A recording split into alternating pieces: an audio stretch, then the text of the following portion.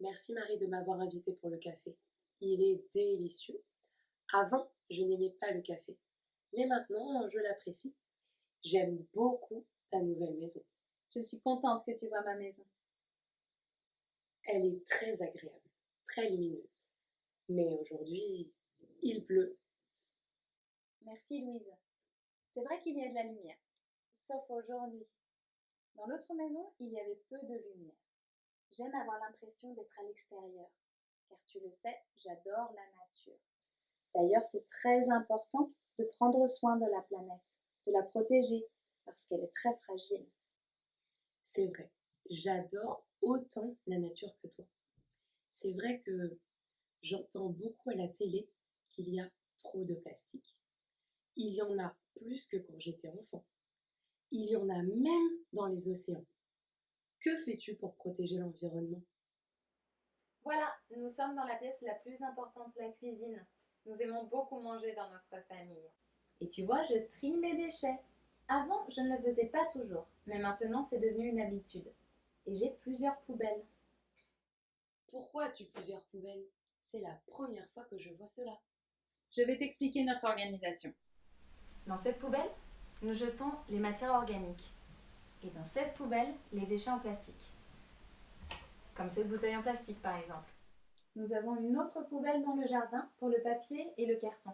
Le papier de l'école des enfants, le carton des emballages de biscuits. Et nous avons aussi une autre poubelle dans la cuisine pour le verre. Pour les bouteilles en verre par exemple. C'est une très bonne organisation. Je n'ai pas autant de poubelles chez moi. Vous le faites tous les jours? Quelquefois on oublie, mais on est plus efficace qu'avant. Le plus important, c'est de ne pas mélanger les déchets. Voilà la salle de bain. Qu'est-ce que tu en penses? Elle est très jolie. Explique-moi, dans cette pièce, que fais-tu pour la planète? Eh bien, pour protéger l'environnement, j'essaye de faire des économies d'énergie. Souvent, je prends une douche rapide au lieu de prendre un bain. Le bain consomme beaucoup plus d'eau que la douche. Les enfants aimaient prendre des bains quand ils étaient petits. Ils jouaient avec leurs jouets dans le bain. Maintenant, ils préfèrent la douche. C'est mieux pour l'environnement et c'est mieux pour notre économie. Tu as raison. Moi, je coupe toujours l'eau quand je me brosse les dents. C'est un très bon réflexe. Nous sommes plus responsables qu'avant. Voilà la chambre de Caroline. Elle est aussi grande que sa chambre d'avant, mais elle est plus agréable. Sa chambre d'avant était plus triste. Je te laisse réfléchir au bon réflexe pour cette pièce. Tu as des enfants toi aussi. Alors, tu sais peut-être de quel problème je parle. Oui, j'ai 3 enfants. Mais laisse-moi réfléchir. De quel problème tu parles? Ils éteignent toujours la lumière? Non, il est souvent la lumière allumée. Je les dispute fréquemment et on se fâche beaucoup. Maintenant, ils ont compris que c'était très important. Il faut leur expliquer, tout simplement. Ton canapé est très confortable. J'aime beaucoup la décoration de ton salon. Tu vois ce coussin? Je donne parfois une nouvelle vie aux objets au lieu de les jeter. Avant, c'était un t-shirt de mon fils.